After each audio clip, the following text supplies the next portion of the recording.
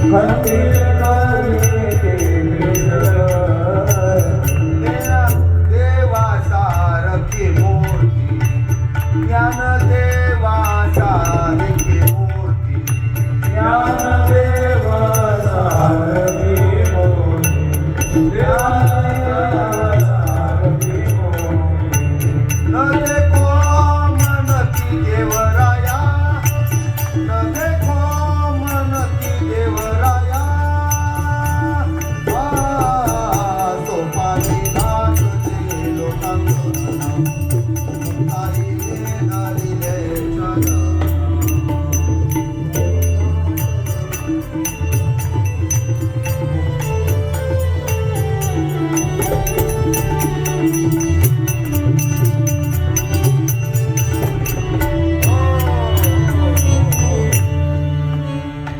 सोपानी नाथ दे लोटांगण मुक्ताईने धरिले चरण सोपाने घातले लोटांगण आणि मुक्ताईने धरिले चरण संत करिता की स्तवन पांडुरंग रायाचे. अतिशय महत्वाचा भाग आपण श्रवण करतो ज्ञानोबारायांच्या समाधीचा. माय बाप हो, हा समाधीचा सोहळा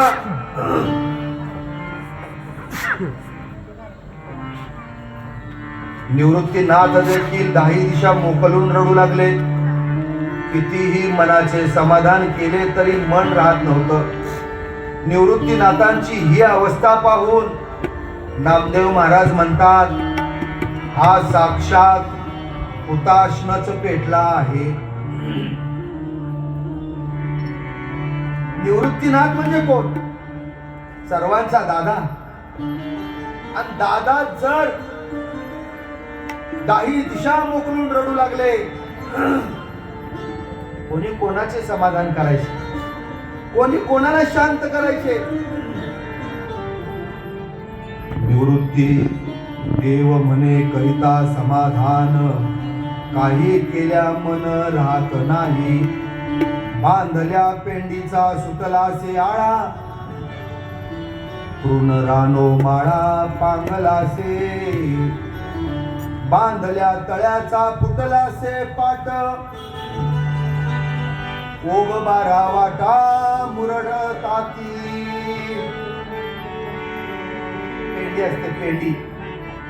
एवढ्या मोठ्या पेंडीला जो आळ्यानं बांधला जातो, तो आळाच जेव्हा तुटतो ना, तर त्या सगळ्या काड्या सैरभैर होतात. तळ्याचा जर पाठ फुटला तर तो ओघ 12 वाटाला निघून जातो. सोपानदेव मुक्ताबाई यांनी तर हा मोठा आकांत मांडला.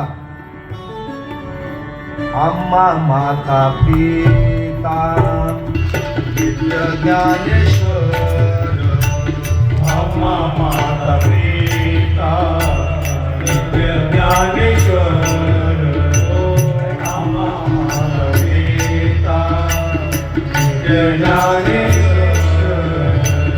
नाही आता घर विश्रांतीशी, नाही आता घर विश्रांतीशी, विश्रांतीशी.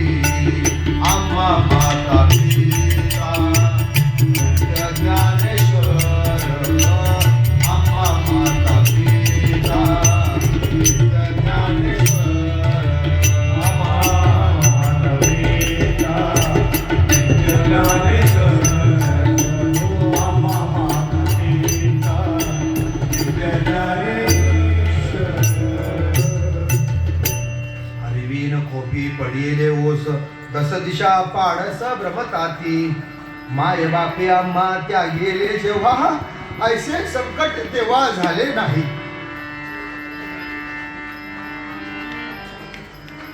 सोपान काका आणि मुक्ताबाई म्हणते, लहान होतो आम्ही, आम्हाला आमच्या आईवडिलांनी त्यागलं, आम्हाला एवढं दुःख झालं नाही. पण आता आमचं हे दुःख आम्ही कसं आवरायचं?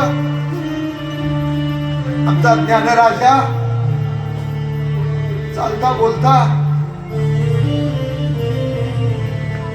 सर्वांगीण आमची काळजी घेणारा आता आमच्यातून निघून चाललेला आहे.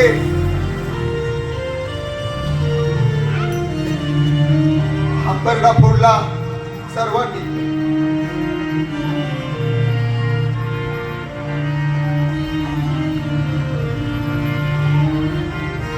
कोणत्या मुखानं हे सगळं वर्णन करावं अशी अवस्था संत नामदेवाची झाली.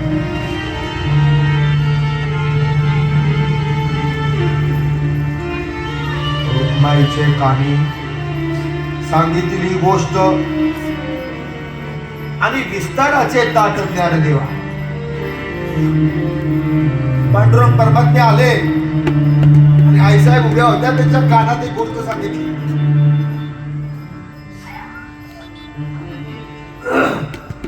काय म्हणले करायला पाहिजे? ज्ञानदेवा लागे चंदनाची ओटी. सुरुवात झाली. पंचारती होती आनंदाच्या. गंध आणि अक्षरा पुष्प परिमळा घेती ओस गळात नामदेव. ज्ञानदेव स्वस्थ देवा ओसंगळा माळा घाली गळा नामदेव. सिद्धेश्वराच्या समोर असणारा शिवाचा ढवळा नंदी त्याला उठवला. सिद्धेश्वराच्या समोर नंदी असतो ना, आजही आहे. आपण जाऊन पहा. त्या नंदीला उठवलं आणि आतमध्ये गुहा होती. गुहा, त्या गुहेचं द्वार आणि त्याची शिळा उघडली आणि माय बाप हो, आतमध्ये चित्ररत्नांचं आसन तयार केलं. त्यावरती धुवट वस्त्रांची अमोल घडी घातली. तुळशी बेल द्रुवा दर्प फुले टाकून पसरून दिली. माऊलींनी 108 ओव्यांचं नमन केलं आणि जेव्हा समाधी स्थानाकडे जाण्यासाठी उठू लागले तेव्हा त्यांच्या कपाळी केशराचा टिळा लावून गळ्यात तुळशी पुष्पांच्या माळा घातल्या. सर्वांनी माऊलींना वंदन केलं. ज्ञानेश्वरांनीही सर्वांस वंदन करून समाधी स्थानाला प्रदक्षिणा घातली आणि ते जेव्हा समाधी स्थानात प्रवेश करू लागले तेव्हा सर्वांनी त्यांच्या नामघोषाची गंभीर गर्जना केली. ज्ञानेश्वर महाराज की जय.